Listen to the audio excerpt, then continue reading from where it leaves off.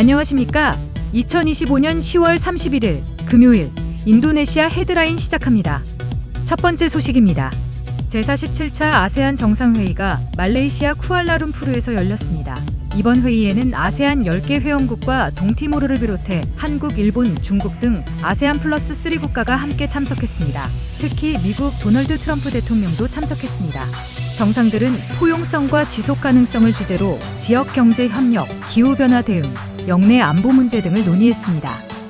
미얀마 사태 장기화와 남중국해 분쟁, 디지털 안보 강화 등 복합적 이슈가 주요 의제로 다뤄졌으며 각국은 대화와 협력을 통한 문제 해결 의지를 재확인했습니다. 한국에서는 이재명 대통령이 참석해 아세안과의 포괄적 전략 동반자 관계를 강화하겠다는 뜻을 밝혔습니다. 한국은 디지털 전환, 인공지능, 스마트시티 협력 등 미래 산업 분야에서의 공동 발전 방안을 제시하고 영내 공급망 안정 및 친환경 기술 교류 확대를 제안했습니다. 이 대통령은 한국과 아세안은 함께 지속 가능한 성장을 이뤄야 한다고 강조했습니다. 이번 정상회의는 주요국 간 경쟁이 심화되는 가운데 아세안이 중립적이고 실용적인 협력 구도를 유지하려는 의지를 보여줬다는 평가를 받고 있습니다. 한국을 포함한 아세안 플러스 3 국가들은 경제와 안보의 균형 속에서 실질적인 협력 성과를 도출하기 위한 후속 논의를 이어가기로 했습니다. 다음 소식입니다.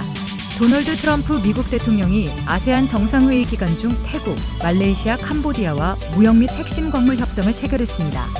이번 협정은 중국의 희토류 수출 통제가 강화되는 가운데 미국이 공급망을 다변화하고 무역 불균형을 완화하려는 전략적 조치로 평가됩니다. 미국과 세 나라는 상호 무역 장벽을 완화하고 관세 및 비관세 장벽 해소에 협력하기로 합의했습니다. 미국은 세 나라의 수출품 대부분에 대해 19%의 관세율을 유지하기로 했으며 태국과 말레이시아는 핵심 광물 공급망 다변화에 협력하기로 했습니다. 특히 말레이시아는 희토류와 주요 광물의 대미 수출을 제한하거나 금지하지 않겠다고 약속했습니다. 협정에 따라 말레이시아는 미국산 산업재와 농산물의 시장 접근성을 확대하고 화학제품, 기계자동차, 유제품, 가금류 등의 수입 절차를 간소화하기로 했습니다. 또한 미국산 화장품과 의약품의 할랄 인증 절차 간소화에도 합의했습니다. 태국은 전체 품목의 약 99%에 대해 미국산 제품의 관세를 철폐하고 세 나라는 노동권 보호와 환경 기준 강화를 위한 협력도 추진하기로 했습니다. 이번 협정은 트럼프 대통령이 국경 충돌을 겪은 태국과 캄보디아 간 휴전 합의 서명을 중재한 직후 체결돼 주목받았습니다. 전문가들은 이번 합의가 미국의 공급망 안정화 전략과 동남아시아 내 경제적 외교적 영향력 확대를 위한 주요 포석이 될 것으로 보고 있습니다. 다음 소식입니다. 아세안과 중국이 기존 자유무역 협정을 확대한 3.0 버전 협정을 체결했습니다. 이번 협정은 디지털 산업, 녹색 경제, 의약품 등 신산업 분야를 포함해 양측의 교역 기반을 확대하기 위한 것입니다. 아세안은 지난해 기준 중국의 최대 교역 파트너로 양측의 교역 규모는 약 7,710억 달러에 달했습니다. 중국은 이번 협정을 통해 3조 8천억 달러 규모의 아세안 경제권과 협력을 강화하며 미국의 고율 관세 정책에 대응하려는 움직임을 보였습니다. 특히 개방적 경제를 표방하면서도 희토류 등 핵심 광물의 수출 제한을 강화해온 만큼 이번 협정은 무역 신뢰 회복과 시장 다변화를 위한 포석으로 해석됩니다. 이번 합의는 2010년 발효된 기존 아세안 중국 FTA 이후 15년 만의 개정으로 2022년 11월 협상이 시작돼 올해 5월 최종 타결되었습니다. 협정은 농업과 디지털 경제, 제약산업 등에서 시장 개방을 확대하는 내용을 담고 있습니다.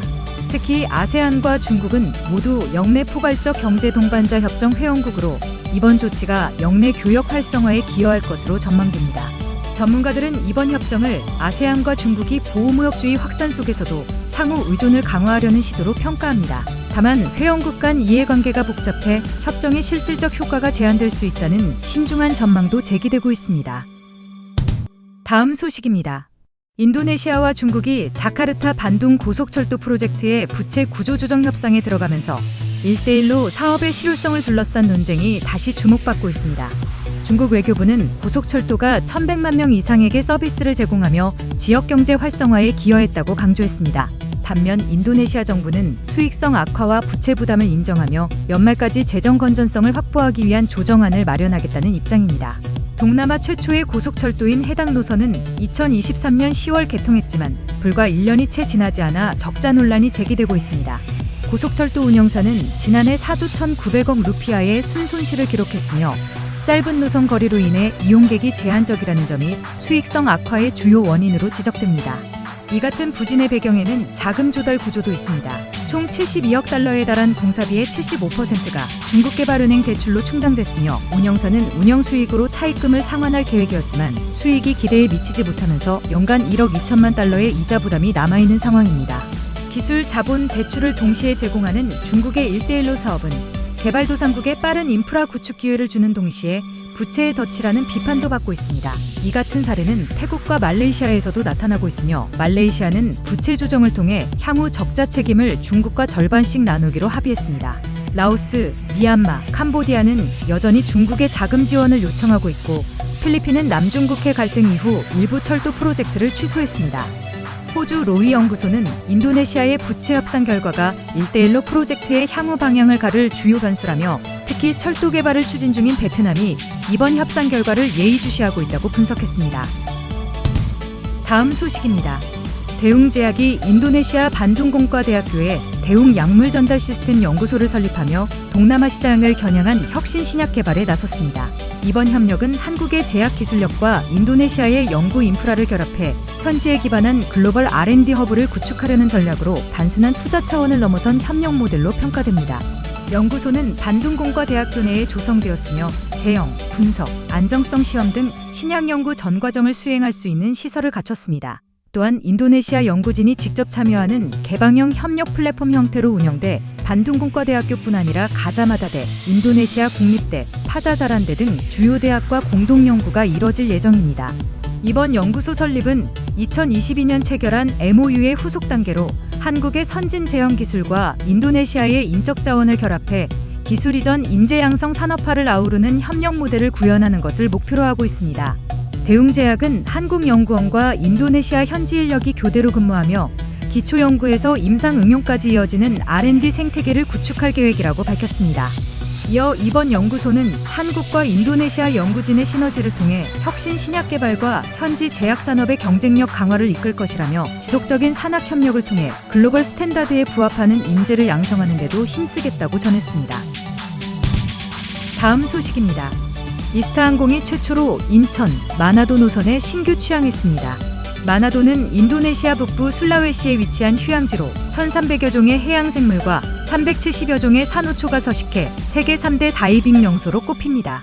이번 노선 취항으로 한국과 인도네시아 간 관광 교류 확대가 기대되고 있습니다. 취항을 기념해 이스타항공과 마나도 현지에서 마나도 관광 활성화를 위한 협력 의향서를 체결했습니다. 체결식에는 이경민 이스타항공 커머셜 본부장과 율리우스 셀바누스 주지사가 참석했으며 양측은 직항편 운항 확대와 지속 가능한 관광 개발, 지역 경제 활성화를 위해 협력하기로 합의했습니다. 행사 후에는 북부 술라웨시 주지사 관저에서 축하 리셉션이 열려 인도네시아 관광부, 한국대사관, 국내 여행사 관계자 등 50여 명이 참석했습니다. 참석자들은 전통 공연과 인도네시아 음식 체험을 통해 양국 간 문화 교류의 의미를 더했습니다.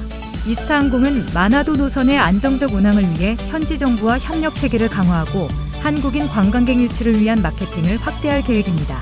인천 마나도 노선은 오는 12월 16일까지 주 4회, 이후부터는 매일 운항하며 항공권은 주요 국내 여행사를 통해 구매할 수 있습니다. 시청해주셔서 감사합니다. 다음 시간에 뵙겠습니다.